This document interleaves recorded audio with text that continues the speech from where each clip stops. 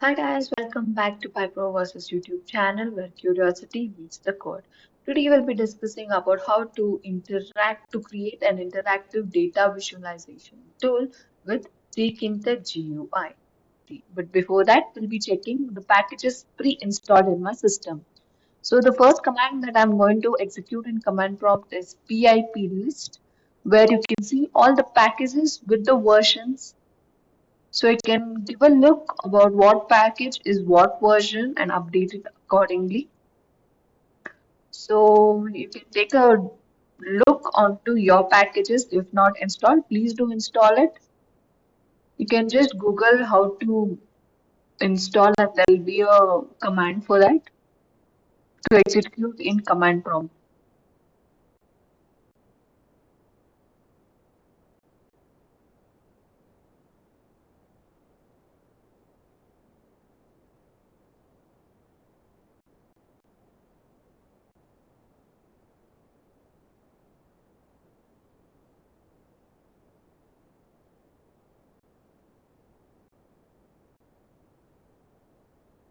Another command to check for all these is pip freeze, which gives a similar output where packages with the version will be mentioned.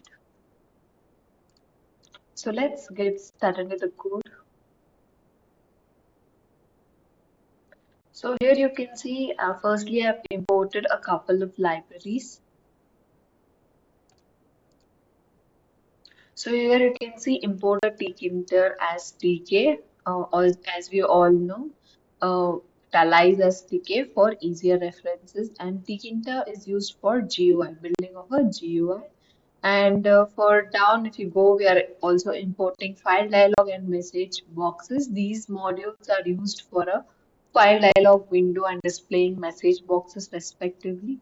And also we have used pandas. So pandas is used for data manipulation library. And also there is Matplotlib, which is used for plotting of the graphs. So let's move on to the next. So next we have various kinds of objects. So first object is to browse a file.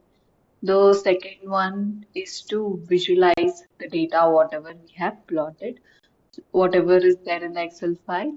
We have to visualize that data. For that we have a separate object. And lastly, we have a entire GUI setup so that we can modify however the GUI interface looks. So going top, we have a object for browse file. And how does that work? Let's see. So here you can see, firstly we are defining the function named browse file, and then the line opens a file dialog window where the user can select Excel file. So we have to have a dialog box where Excel files can be, the file path can be given. So we use file path is equal to file dialog dot ask open file name here. And then we have a if loop. Now we are checking if file path. This line checks if the file path is returned from the file dialog. If not, nothing is done. And then we have entry dot delete 0 comma tk dot n. This line clears and any existing text in the entry widget. And then we have entry dot insert 0 comma file path. This line inserts the selected file path into the entry widget. Now let's move on to the next function. Next, we have a function for visualizing the data. So let's see the code. So here, as you can see, the line defines a function name visualize data, and then we have file path is equal to entry.get. This line retrieves the file path from the widget, whatever file path we have given in the above dialog box. It we get the file path, and then we have a if return loop. So here, if not file path return. This line checks if the file path exists. If not, the function exits. And then we have try and execute loop. Here this line starts a try block to handle potential errors that may occur during the data visualization. And then when you get inside the loop, the first sentence is to get the Excel file from the particular part. And then we have print.df.head. We are printing, this line prints the first few rows of the data frame to the console. And then we have print df.columns. This line prints the column names of the data frames. A few of them are printed. And then we have a if loop. If length of the df column is less than 2, message box show error. Access file does not have enough columns for visualization. If there is any kind of Excel file with less number of data, it's no use of visualization. So we print an error called error. Excel file doesn't have enough columns for visualization. And then we have plt.figure fig size 8 comma 6. Here this line creates a new figure for the plot with specified size, and then we have a for loop. So we have for I column in enumerate df.column plt.plt, and we have the index labeled as column and the color also. So this line plots each column of data form the data frame with different colors. So every attribute of every column will have a different color. And then we have plt.x label, y label. So here we are naming them. So we are naming x axis as x axis label and y label as y axis label, and we are given the title of data visualization to the graph, and then we have plt dot legend. These lines sets the labels and titles for the plot and add a legend. Moving on to the next, you can see there is an option called choose different file formats to save.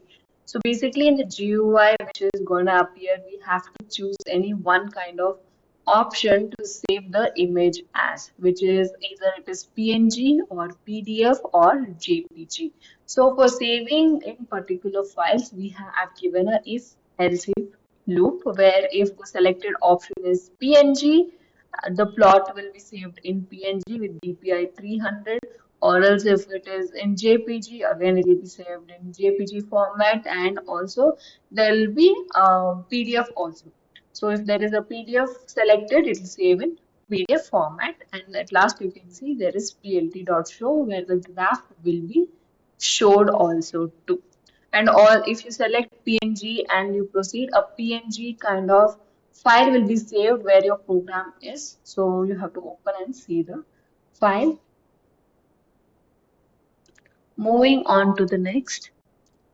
So in except loop, we have, if there is any kind of error in displaying the graph, we have an error to be printed, which is error and error occurred. So moving on to the GUI setup. So firstly, you have root is equal to tk.tk, which this line creates a Tkinter main window, and root dot title is data visualizer. The title of the graph is given as data visualizer, and we have frame is equal to tk dot frame root. This line creates a frame within the window, and we have frame dot pack.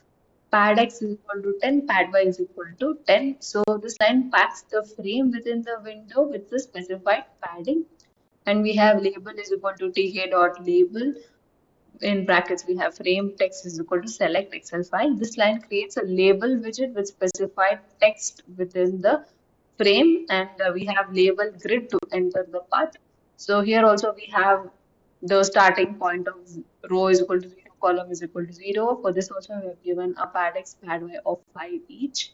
And then we have entry is equal to tk dot enter frame width is equal to 40. This line creates an entry widget within the frame with specified width. And then we have entry dot grid row is equal to 0, column 1. We have also given pad x is 5 5. This slide places the entry widget in the grid layout within the frame with specified padding. And we have the browse button. So we have to create a browse button so that we'll get the path. So here we are giving tk.button with the text browse. So this line creates a browse button widget with specified text and command calling the browse file within the frame. And then we have browse button grid, which is also given as row is equal to 0, column 2, pad x, pad I is 5, 5. This line places the button widget in the grid layout within the frame with specified padding. And then we have to have a visualize button so that when you click on it, the entire program runs. So again, the text is given as visualize data. This line creates a button widget with specified text and command within the frame. And then we have to run the visualize button. How do we do that? Visualize button grid. We have grid row 1, column 1, pad x, pad y. This line places the button widget in the grid layout within the frame with specified padding. And then we have file formatting. So as I told earlier, we have to create three buttons. We have to ask if we want PNG format, JPG format, or PDF format. Here you can see file format variable is tkinter.string variable. File format is like by default it's selected PNG. So here you can see select a file format is given, and there will be buttons to select or tick mark from the PNG or PDF or JPG. So here you can see format label grid. In this line, place the label widget in the grid layout within the frame with specified padding. And we have PNG ratio. This line creates a radio button widget with specified text variable, which is file format variable and value within the frame. And then we have the PNG ratio grid. We have row 1, 2, 5, and 5, which is pad x, pad y. And JPG ratio is also set where the text is JPG. So what is a ratio grid? In the sense you have like a circle where if you click on, the circle gets filled, and that's your option.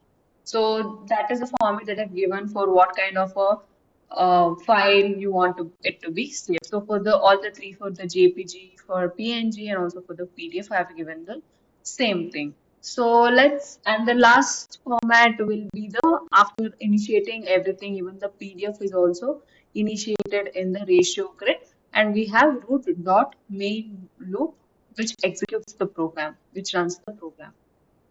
So let's see what the output of the program will be. So as usual, I'm going to go where the program is stored, copy the name of the program, open the command prompt from the window itself, and Python space file name dot py.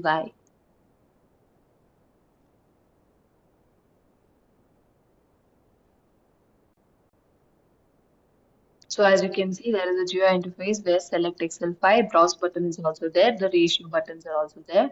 So when you click on browse, you have to select an Excel file. We have the text.xl file and file format and the PNG, JPG or PDF. So I'm going to give for all the three. I'll show you in the PNG, JPG, PDF form.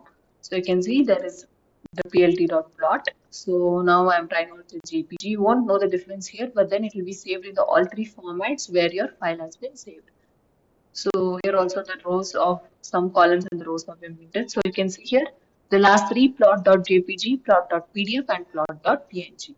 So all the three formats, it has been saved. Thank you so much for watching. If you have learned something from this video, please do like, share and subscribe to our channel. Thank you.